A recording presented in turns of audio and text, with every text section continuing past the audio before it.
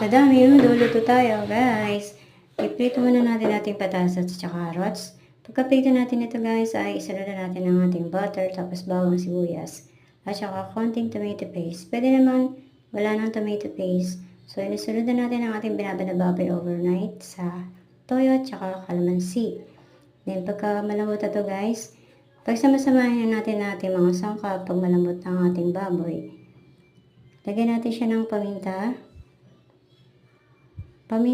garbanzos, hotdog, satay, hotdog, tapos yung ating raisins, tapos yung ating green peas, tapos yung niluto nating patatas at carrots, at saka raisins na binabad sa mainit na tubig. Nilagyan ko rin siya ng keso para may malinamnam na konti. Pag malapit na to, guys, okay na to, guys, pwede nyo na siyang umuin.